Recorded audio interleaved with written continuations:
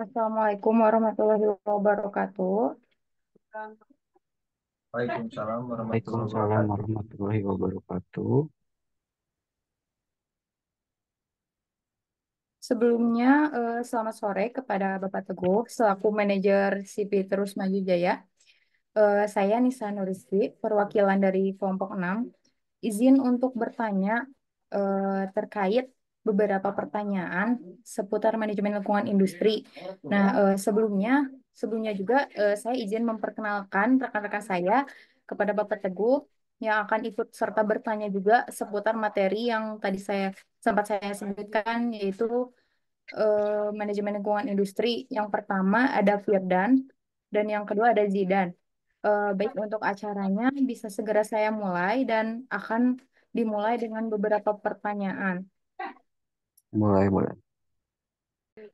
Pak, sebelumnya terima kasih sudah meluangkan waktunya hadir, Pak. Untuk pertanyaan yang kedua, sebagai seorang pemimpin, bagaimana cara membangun budaya kerja yang produktif dan kolaboratif dalam perusahaan? Langkah strategis apa yang bisa diambil, gitu, Pak? Terima kasih, Pak. Baik. Oke. Untuk membangun budaya kerja yang produktif itu ada beberapa kiat ya. Nggak, memang nggak langsung baik atau sesuai dengan yang kita inginkan. Pasti ada kolaborasinya dalam perusahaan industri memerlukan pendekatan yang terencana, terus berkelanjutan, gimana orangnya, karakter orangnya, terus ke depannya seperti apa. Ada beberapa sih. Pertama, visi misinya eh, yang jelas, visi misi kita sebagai perusahaan itu apa. Terus penetapan visinya seperti bagaimana. Terus penyelar eh, penyelar menyelaraskannya tujuannya buat apa gitu. Ya ada beberapa kiat-kiat juga sih ya. Menetapkan visi dan misinya yang jelas. Misalnya visinya kita tahun ini harus capai 1M. Nah, 1M itu bagaimana untuk capai 1M, jalannya seperti apa. Eh, jadi kita harus tahu tujuannya kayak gimana. Tujuannya lewat jalan A, lewat jalan B, atau lewat jalan C. Jadi kita harus jabarkan juga ke ke timnya seperti apa gitu Pak. Visi misi terus visi misi tujuannya, terus cara memimpinnya pun kita eh, pendekatan. Kalau cara memimpin itu biasanya lebih ke pendekatan ya. Kita mimpinnya seba- secara tidak langsung kita mencontohkan ke anak buah kita itu atau ke tim kita itu gimana kita datang lebih awal atau kita datang terlambat. Kalau kita misalnya datang lebih awal ya otomatis secara tidak langsung juga anak buah kita merasa tidak enak untuk oh iya pemimpin memberi contoh untuk datang lebih awal ya datang lebih awal. Terus cara kerjanya, etos kerjanya kayak gimana, pendekatan ke customernya seperti apa, cara kerja digitalnya seperti gimana, ya itu pasti akan jadi contoh untuk tim ya. Ketika kita jadi pemimpin memberi contoh yang tidak baik, ya pasti tim pun bekerjanya akan tidak baik, tidak efektif gitu. Ya jadi keterlibatannya secara tim aja, sehari-harinya kita seperti apa, aktif apa tidak. Kalau misalnya kitanya tidak aktif sebagai pemimpin ya sebagai karyawan pun tidak aktif sehari-harinya. Kita misalnya sehari-harinya pemimpin mau kerja ya kerja mengerjakan sesuatunya setengah-setengah ya ke karyawan pun akan setengah-setengah. Terus ada lagi komunikasi efektif apa tidak dah komunikasinya. Ketika kita punya perintah ke tim, punya perintah ke bawahan, itu efektif tidak, jelas tidak yang diperintahkannya. Jadi secara transformasinya menjaga komunikasi yang baik internalnya seperti apa. Oh, karakter orang si A ini nggak bisa langsung ditekan untuk pendekatannya, dia harus kita harus pendekatannya harus basa-basi dulu atau kayak gimana. Ya, kita harus tahu karakter orangnya juga gitu. Nggak bisa langsung, nggak bisa langsung, Pak. Terus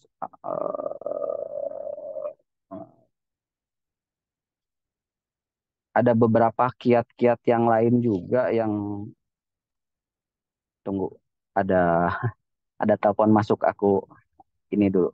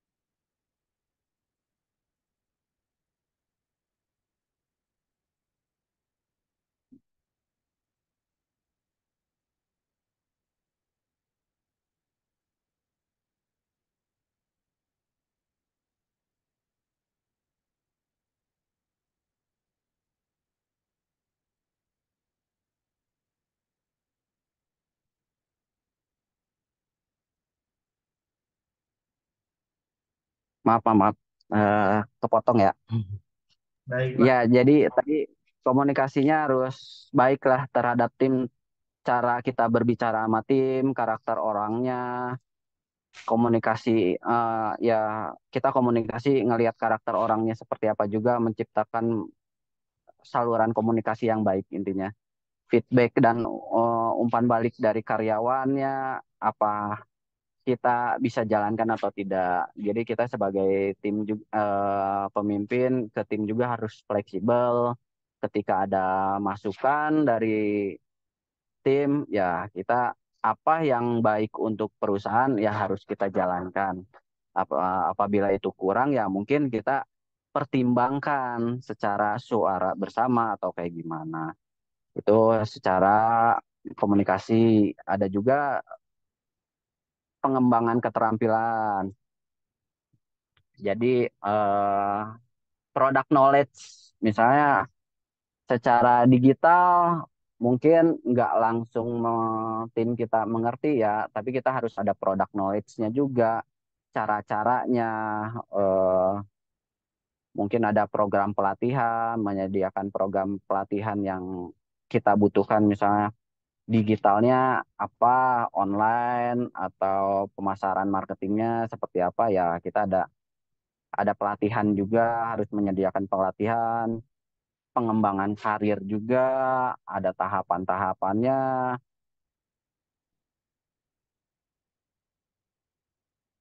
Ya, itu terus pembelajaran berkelanjutannya juga.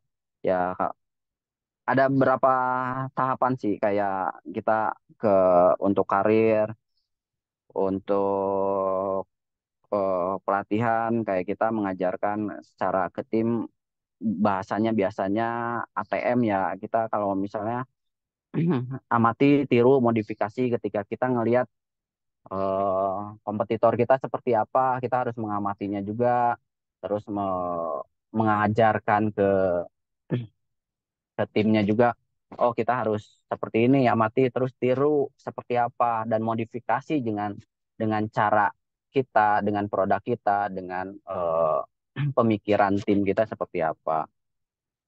Terus langkah kerjanya, fasilitas kerja kita harus mendukung juga apa yang udah kita tiru, yang udah kita ingin lakukan. Kita harus fasilitasi ketika ya online, ya kita harus fasilitasi juga apa online itu kebutuhannya apa ya, fasilitas kerjanya aman, nyaman bagi karyawan. Ya istilahnya mendukung untuk tim untuk melakukan pekerjaan yang akan dikerjakan, keseimbangan kerja hidupnya ke karyawan kita pikirkan juga. kebutuhan-kebutuhan hidup mereka secara pribadi atau kekeluargaan mereka. Terus teknologi yang seperti tadi teknologi dan alat mungkin masuknya ke fasilitas kerja ya, menyediakan teknologi dan alat kebutuhan gitu Mas. Terus membangun tim yang kuat itu perlu rekrutmen yang tepat, orang-orangnya seperti apa,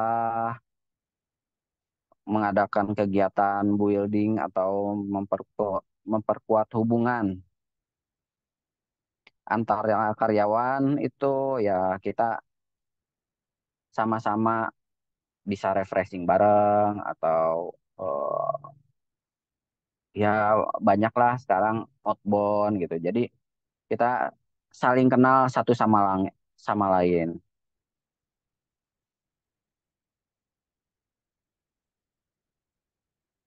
Terus apalagi ya pengakuan dan penghargaan juga apabila tim kita ada yang menonjol atau berprestasi, kita memberikan pengakuan kinerja mereka itu baik. Jadi merasa seperti dihargai, merasa seperti aset untuk perusahaan. Terus memberikan insentif atau bonus ketika mereka bekerja baik atau absensinya bagus atau secara omset dia capai, ya kita harus memberikan reward dari mulai yang terkecil adalah dalam absensi kita memberikan reward, dalam pencapaian kita memberikan reward, ya secara tidak langsung mereka merasa nyaman. Ketika kenyamanan mereka dapat, ya pasti mereka akan memberikan timbal balik yang lebih untuk perusahaan atau untuk tim. Terus kita mungkin terakhir evaluasi, mengukur melalui kinerjanya seperti apa, apakah baik untuk diteruskan naik, kesehariannya seperti apa, target per bulan, per semester, per tahunnya capai atau tidak, semuanya dilihat di akhir. Biasanya kita menggunakan PAME plus planning, action, monitoring, evaluasi.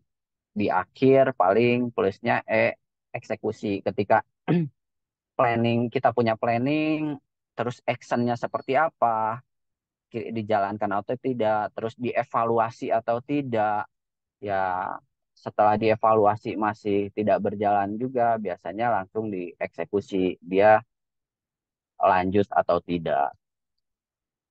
Itu sih Mas, mungkin yang biasa kita lakukan.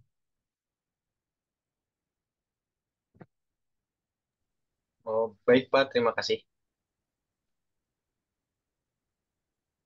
Boleh, boleh.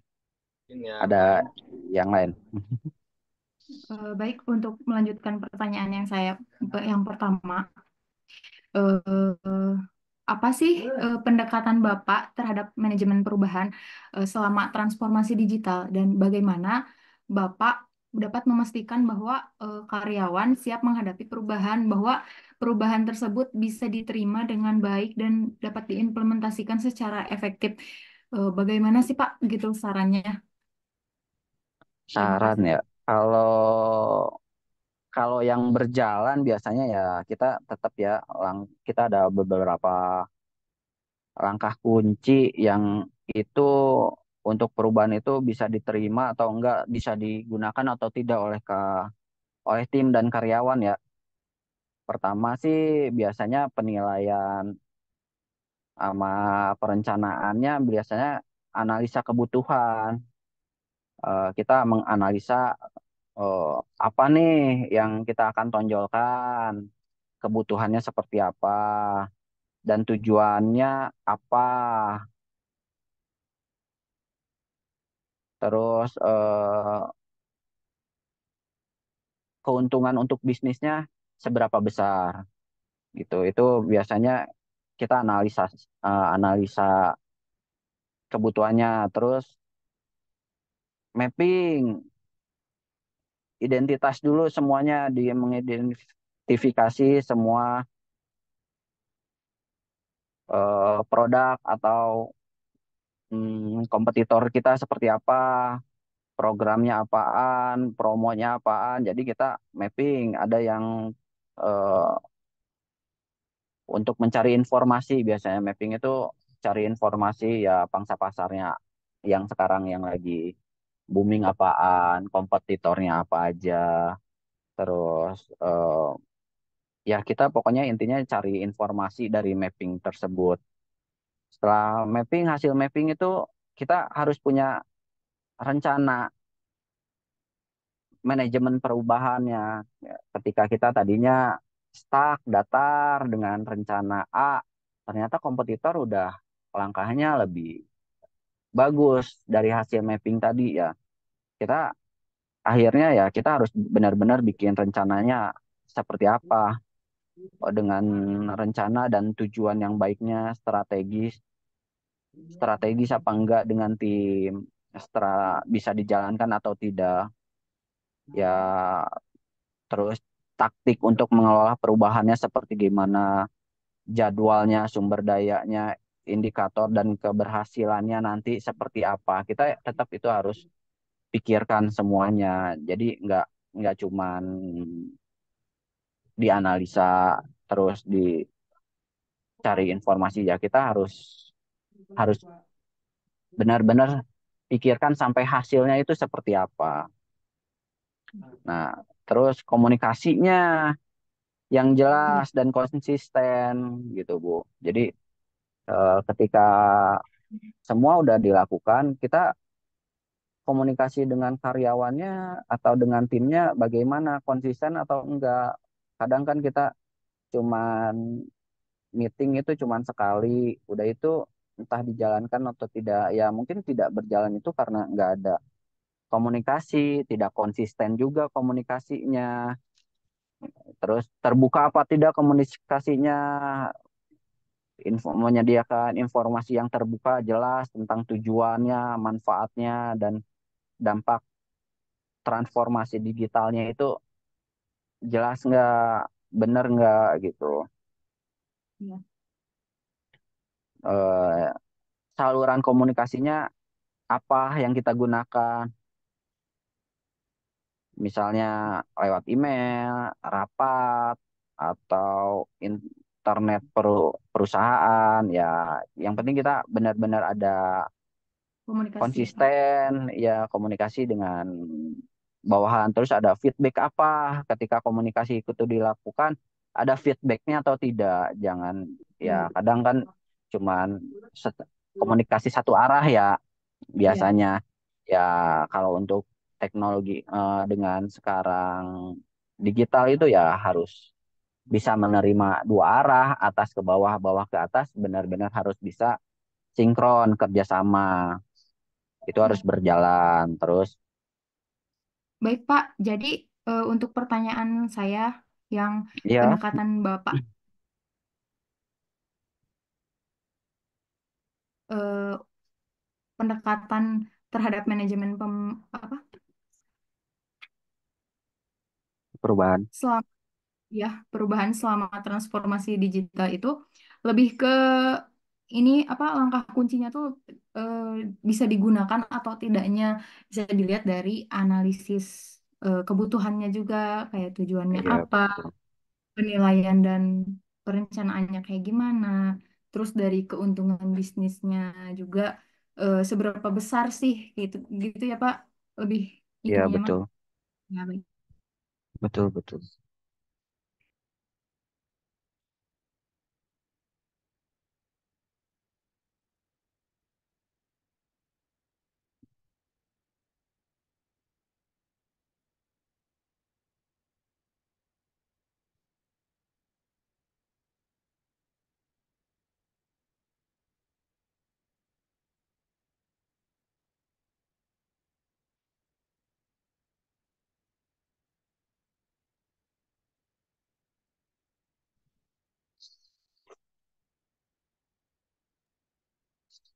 Baik Pak, sambil nunggu Ya, Nisa, mungkin kita lanjut ke pertanyaan selanjutnya aja ya Pak ya. oh boleh boleh. Ya, Eh, ini sinyal ya. iya, kayaknya simpan dari tadi. Yang Baik selanjutnya untuk mungkin pertanyaan. tantangan apa aja Pak yang dihadapi oleh pimpinan di perusahaan industri pada saat ini gitu Pak, terutama terkait dengan adaptasi terhadap inovasi teknologi dan perubahan pasar. Bagaimana mengatasi tantangan-tantangan tersebut gitu Pak? Hmm, tantangan ya. Tadi dulu. Tantangan-tantangan apa saja untuk teknologi saat ini ya? Ya, Pertama tantangan sih ada beberapa ya.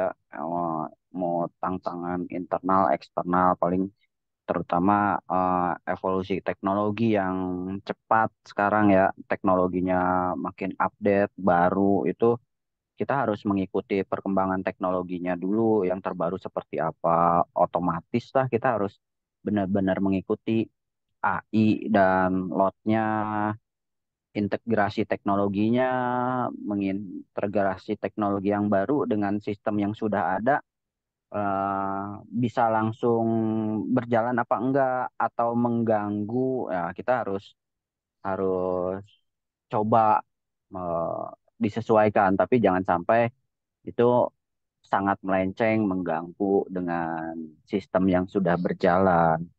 Terus perubahan pasar yang dinamis ya. Jadi pangsa pasar sekarang kadang nggak nggak bisa ditentukan ya dengan sekarang yang sedang melemahnya rupiah, terus permintaan konsumennya seperti apa segmentasinya sekarang yang segmentasi middle low atau yang udah high, tapi kebanyakan sih pangsa pasar sekarang ya kita harus benar-benar mengikuti lah perubahan cepatnya, kebutuhan konsumennya seperti apa gitu. Kita benar-benar harus mengikuti ketika pangsa pasar seperti sekarang middle low ya kita harus ikutin. Berarti kita kelasnya yang benar-benar barang-barang yang middle low atau pangsa pasar yang saat ini sedang dibutuhkan gitu. Persaingan global juga kita harus pikirkan dengan perusahaan atau kompetitor bukan secara lokal ya, tapi internasional, dunia juga benar-benar kita bersaing karena digital ya. Kalau misalnya eh, kita umumnya konvensional kan kita hanya dengan beberapa perusahaan daerah ya. Tapi sekarang kalau udah digital berarti kita harus benar-benar berkompetisinya ya dengan di luar sana yang malah dunia kan yang jauh. Terus kita harus memikirkan tenaga kerjanya, kekurangan tenaga kerjanya, terampil atau tidak. Kadang kesenjangan keterampilannya, kekurangan tenaga kerja, ketika pangsa pasar menguat, apa tenaga kerja kita memiliki keterampilan yang cukup untuk mengejar permintaan, at- terhadap teknologinya dia gercep nggak, cepet nggak beradaptasi gitu. Kadang kalau misalnya sedang kuat, permintaannya banyak, tapi secara SDM dia kurang bisa mengikuti, kan itu akan menghambat juga. Jadi benar-benar kita harus keterampilan ketenaga kerjaannya diperhatikan, Re- mulai dari rekrutmen, menarik SDM ya mencari SDM-nya, terus talentanya baik atau tidak, ya banyak nilai juga lah di situ kita pertimbangkan.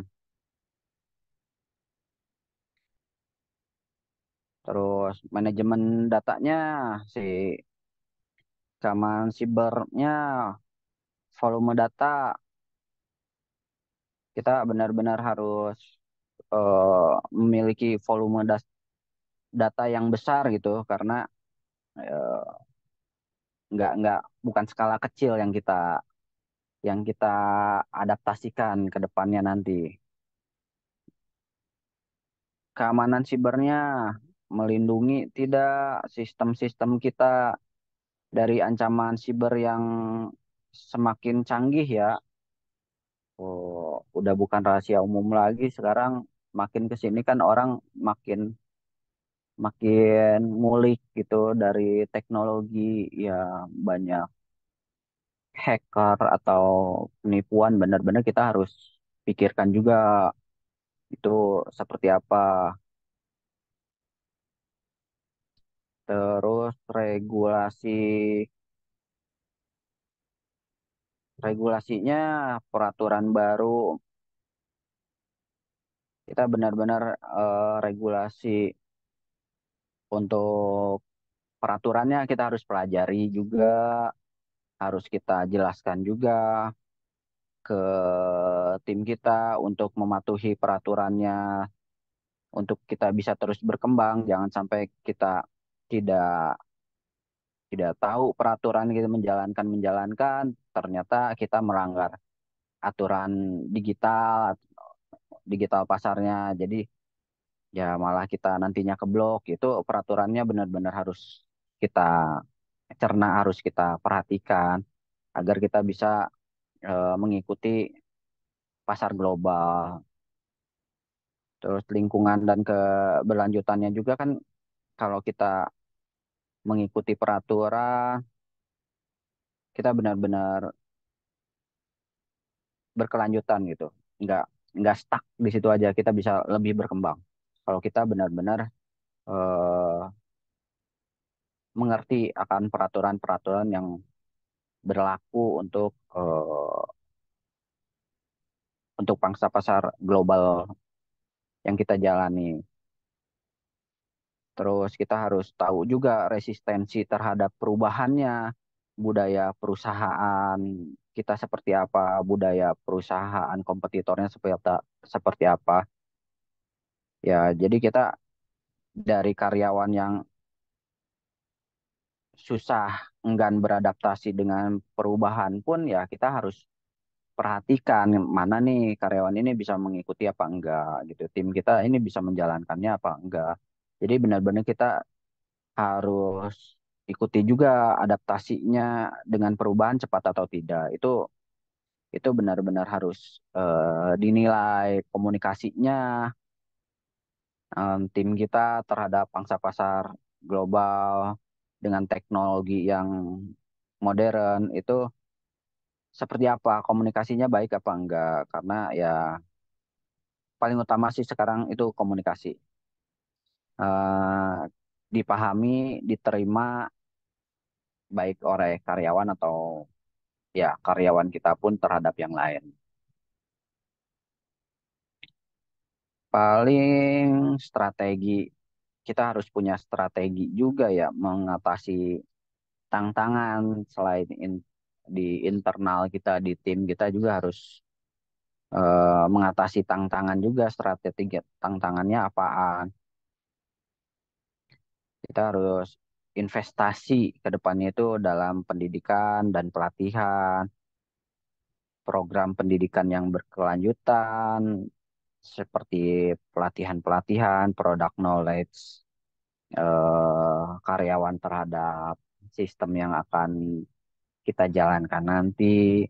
Terus kita juga harus kerjasama mungkin ke depannya dengan lembaga pendidikan seperti di universitas atau institusi pendidikan SMK yang bisa menyediakan tenaga kerja masa depan. Kita juga penerapan teknologi secara bertahap, pilot project memulai dengan proyek pencontohan untuk pengujian dan menyesuaikan teknologi yang baru sebelum implementasi penuh. Jadi kita tetap harus ada percobaan-percobaan di situ. Manajemen perubahannya juga kita harus lihat mengelola perubahan dengan rencana yang jelas, dan komunikasi yang efektif untuk mengurangi resistensi. Terus kita harus lihat juga pengembangan budaya inovasinya, mendorong kreativitas, menciptakan lingkungan yang mendorong karyawan untuk berinovasi dan mencoba ide-ide baru. Kita tidak monoton, tidak hanya dengan ide lama, kita harus punya ide baru lagi, sesuatu yang baru, yang berbeda dari yang lain atau kompetitor-kompetitor lain juga.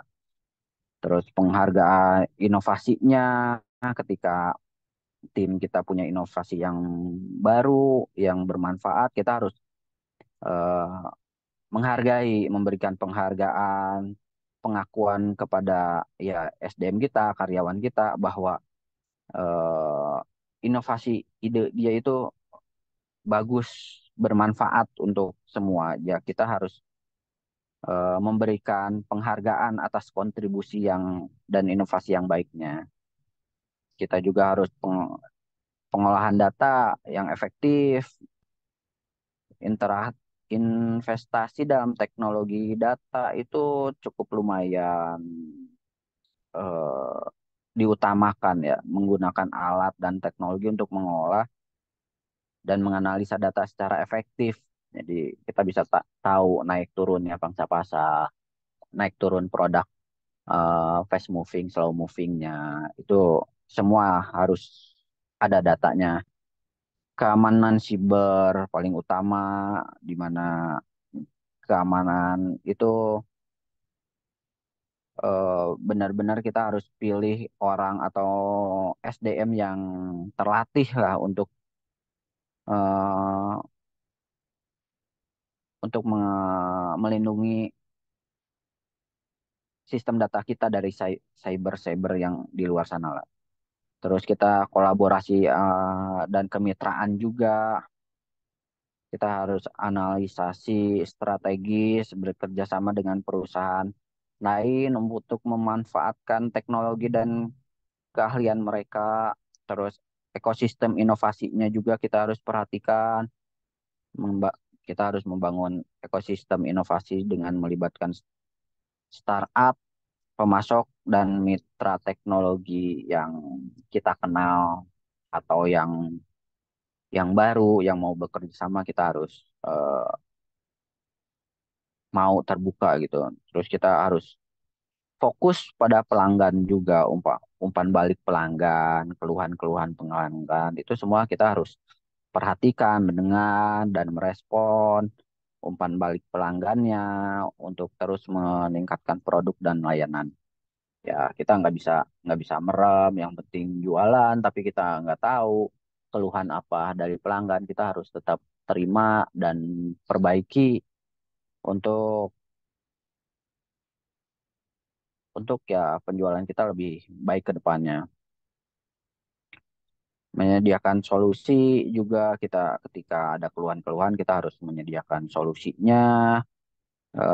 Kalau solusi yang lebih lah ke konsumennya seperti apa, pendekatan dengan konsumen untuk keluhan-keluhan mereka kita harus dengarkan. Ya, dengan strategi ini perusahaan industri dapat mengatasi tantangan yang ada dan bermanfaat. Bermanfaat terus kita bisa memanfaatkan peluang juga yang dihadiahkan oleh inovasi terbaru lah. Paling gitu sih, Pak. Baik Pak, berarti kita harus tetap mengikuti perkembangan teknologi ya Pak. Kalau tidak itu bisa menghambat memimpin gitu di Ya, kita perusahaan. benar-benar betul sekali, itu harus bisa ya selalu update lah, ikuti perkembangan teknologinya seperti apa, kompetitornya seperti apa. Ya, kita benar-benar harus harus bisa mengikuti itu. Kalau enggak ya kita yang tertinggal. Pak. Dengan memberikan pelatihan untuk mengembangkan produk knowledge ya Pak. Betul. Itu paling utama juga. Karena ya kalau misalnya kita cuman memberikan perintah atau contoh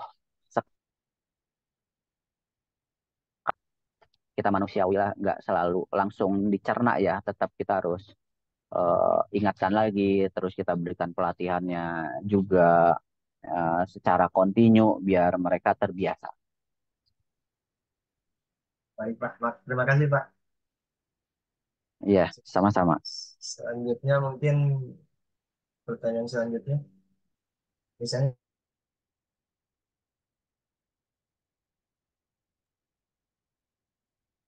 Mungkin saya aja, Pak, mau bertanya Boleh? lagi, Pak. Boleh? Seperti yang Bapak jelaskan tadi, waktu pertama, Ya, talenta terbaik dikembangkannya dengan dipertahankannya dengan cara memberi reward gitu, Pak. Dan ya. tadi pun sedikit menyinggung tentang rekrutmen nih. Jadi strategi rekrutmen sama retensi yang efektif itu yang gimana, Pak? Rekrutmen yang efektif ya, eh, kita harus tahu kebutuhannya juga, terus karakter orangnya juga seperti apa ya. Ketika kita ngerekrut ngerekrut SDM atau karyawan, kita kebutuhannya apa dan karakter seperti apa yang cocok untuk tempat yang akan dibutuhkan itu. Ya, kita rekrutmennya ya pastikan harus transparan ya.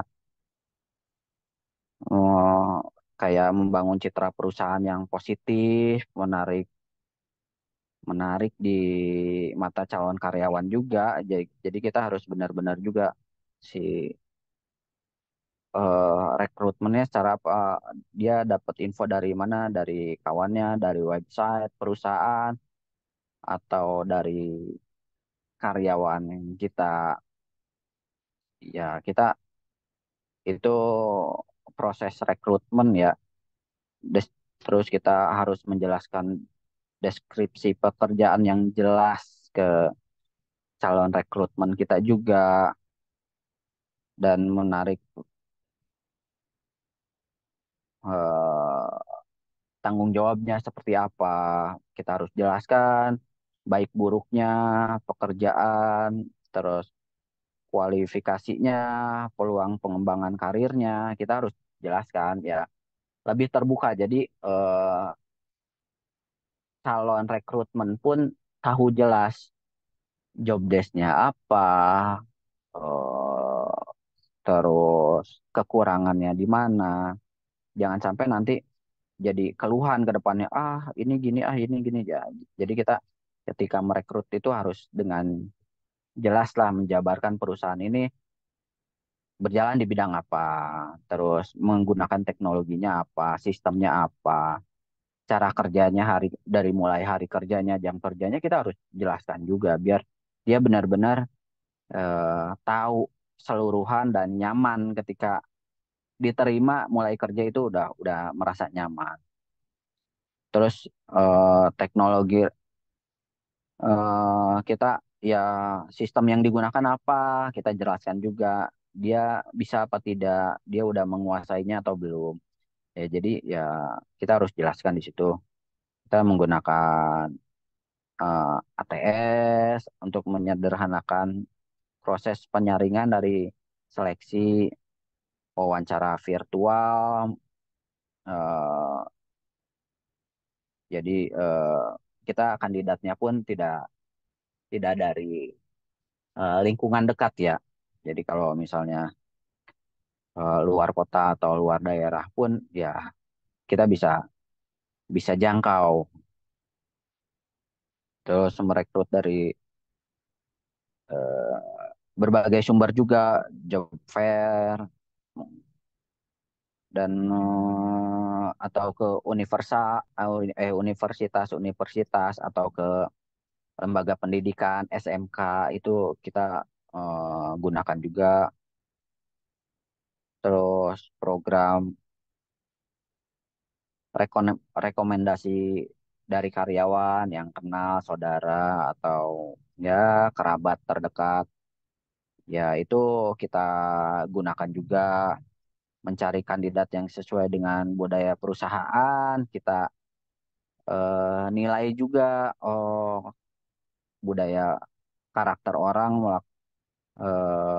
seperti apa terhadap budaya kerja kita, cocok apa tidak ya. Kita melakukan penilaian juga mulai dari proses wawancaranya kita harus mengenal oh ini karakter si A seperti ini kayaknya cocok dengan mm, perusahaan kita atau pekerjaan yang akan digelutinya nanti bahwa kandidatnya itu benar-benar sesuai nilai-nilainya budaya dengan budaya perusahaan kita itu nanti HRD pun pasti lebih mengerti soal itu ya. Terus menggunakan assessment counter untuk mengevaluasi keterampilan teknis dan soft skill-nya. Ya, kita ada pengujian-pengujiannya juga. Dia misalnya kalau untuk admin atau kayak gimana kan kita diuji juga gimana eh, skill-skillnya, tekniknya, marketing gimana skill marketingnya, cara cara penjualan menjelaskan barang seperti apa. Ya, kalau misalnya admin terhadap sistemnya seperti apa, kita benar-benar harus saring ya. Terus kita juga kadang gunakan strategi retensi seperti pengembangan karir dan pelatihan, program pelatihan dan pengembangannya juga kita sediakan secara berkelanjutan, pengambilan karir membantu karyawan meningkatkan keterampilan mereka juga kan kita harus pikirkan ketika mereka baik ya mungkin karirnya akan naik. Ya ada penilaian-penilaian yang juga itu di di perusahaan kita rencana pembangunan karirnya membuat rencana pengembangan karir dari mulai yang terkecil sampai jenjang yang ya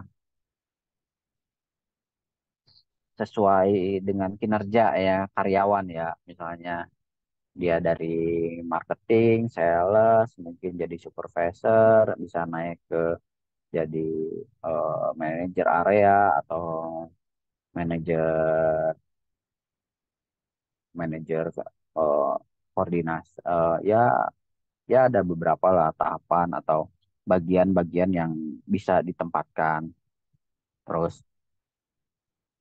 eh, kompensasi dan manfaat yang kompetitif gaji dan insentif memberikan gaji dan insentif berbasis kinerja juga kita gunakan. Kalau gaji, kita udah jelaskan gajinya berapa, nanti pencapaian berapa, atau kita pencapaian-pencapaiannya, achievement mereka berapa, ya kita ada presentasi untuk hitungan-hitungan juga terhadap insentif yang didapatnya. Kita harus jelaskan dari di awal seperti apa, agar dia memberikan manfaat atau memberikan nilai positif. Wah, ada yang harus dikejar oleh oleh SDM kita atau oleh karyawan kita nantinya apa gitu menawarkan manfaat eh, buat dia sendiri. Wah, dapat kok insentif besar nih kalau capai target sekian, naik sekian ya. Pasti ada motivasi tersendiri ya. Terus kita juga kadang menawarkan eh, asuransi kesehatan. Kita jelaskan di situ asuransi kesehatan, ada BPJS atau asuransi tergantung kelas-kelasnya, golongan karyawannya apa. Terus ada hak cutinya kita jelaskan,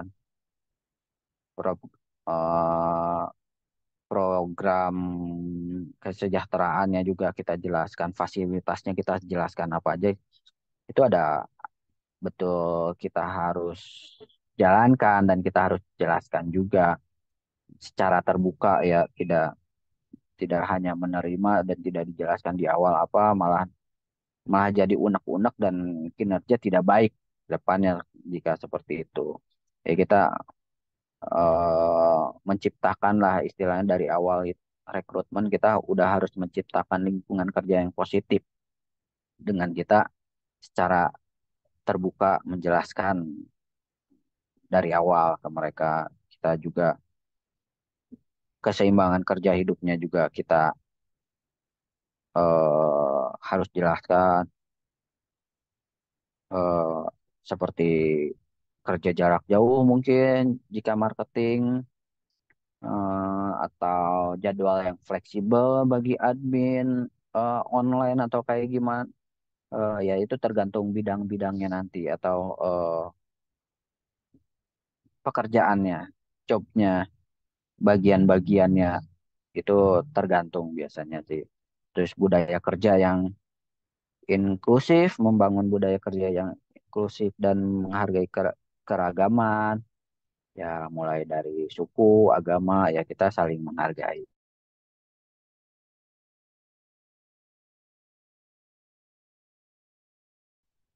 Ya terus kita balik lagi juga ke pengakuan dan penghargaannya juga. Karyawan mengakui kontribusi karyawan melalui program penghargaan dan apresiasi. Kita jelaskan juga, eh, jika dia nantinya memiliki ide yang baik, kita yang bermanfaat untuk perusahaan ya kita berikan penghargaan, apresiasi juga kita jelaskan di situ. Juga kita tentang insentif yang didapat nantinya, baik non finansial seperti pengakuan publik, sertifikat, atau karyawan bulanan, pengakuan sertifikat karyawan bulanan yang kita biasa tempel di mading atau kayak gimana ya. Terus keterlibatan dan komunikasi, kita komunikasi terbuka, mendorong komunikasi terbuka, transparan antar manajemen dan karyawan, jadi tidak ada nilai atau omongan negatif di belakang. Jadi kita lebih terbuka aja. Jika ada kurang ya kita tegur kekurangannya seperti apa. Terus ya kita lebih lebih terbuka dan transparan. Terus melibatkan karyawan, karyawan lain dalam mengambil keputusan, berikan mereka kesempatan untuk menyuarakan ide dan pendapat yang seperti tadi, ya kita berikan hak-haknya lah ketika mereka punya pendapat baru yang baik untuk perusahaan atau mencoba memberikan ide, ya kita coba dengarkan apa bermanfaat atau tidak, bisa diimplementasikan langsung atau tidak, ya semua ada pertimbangannya. Terus mungkin dengan mentoring kita tetap harus eh, menerapkan program di mana karyawan yang lebih berpengalaman membimbing yang baru atau eh, ba- masih kurang mengerti, ya kita tetap eh, memberikan pendamping lah, mentoring secara tim, secara kerja sama. Terus Ya Pak, maaf tadi limit ya zoomnya Pak. nggak apa-apa. Barangkali yang tadi mau dilanjut Pak, apa udah cukup ya Pak? So tadi sih udah cukup kayaknya ya, udah ya pas itu waktunya. Ya, baik Pak. Mungkin dicukupkan saja ya untuk partisipasi pertanyaannya. Mungkin dari Kang Ferdan bisa diulang lagi kesimpulannya gitu atau gimana? Ya baik Atau Pak, sudah cukup? sebelumnya saya ucapkan terima kasih ya Pak udah meluangkan waktunya dan juga kesempatannya untuk bergabung di sesi kali ini. Iya, sama-sama. Maaf juga, mungkin penjelasannya kurang sesuai atau kayak gimana saya, karena kan kadang karakter perusahaan beda-beda ya. Iya Pak. Cuman dari kami sih udah cukup menjelaskan ya dengan pertanyaan-pertanyaan tadi kayak penakaran selama transformasi digital dan memastikan bahwa kalian tetap siap menghadapinya kayak ada beberapa langkah gitu seperti penilaian analisa kebutuhan, mapping, mengidentifikasi semuanya seperti produk, kompetitor, program dan lain-lain. Dan juga tadi ada mengenai membangun budaya kerja yang produktif. Ada juga kiat-kiatnya seperti visi misi yang harus jelas ya Pak sebagai perusahaan. Terus Iya, cara betul. memimpin dan juga pendekatan terhadap tim. Terus juga harus memberikan contoh yang baik kepada karyawan, membangun, Iya, mengembangkan keterampilan, memberikan reward dan juga evaluasi tim. Dan ada juga mengenai eh, perkembangan teknologi, apa gaya memimpin di perkembangan teknologi sekarang gitu. Seperti tantangan internal dan eksternal, harus mengikuti perkembangan teknologi, memperhatikan kekurangan tenaga kerja terhadap teknologi, dan juga memberikan pelatihan terhadap karyawan yang masih belum bisa mengikuti gitu supaya meningkatkan product knowledge gitu. Dan dari semua pembahasan tadi, komunikasi itu paling penting gitu ya, Pak, untuk Iya. paling utama sih ya komunikasi. komunikasi gitu, untuk mendapatkan dampak yang positif gitu terhadap kinerja. Betul. Mungkin cukup sekian ya, Pak. Saya ucapkan sekali lagi terima kasih, Pak. Ya, baik. Terima kasih semuanya. Selamat Baik. malam. Selamat Malam, malam, Pak. Pak. Mantap. Assalamualaikum. Waalaikumsalam warahmatullahi wabarakatuh.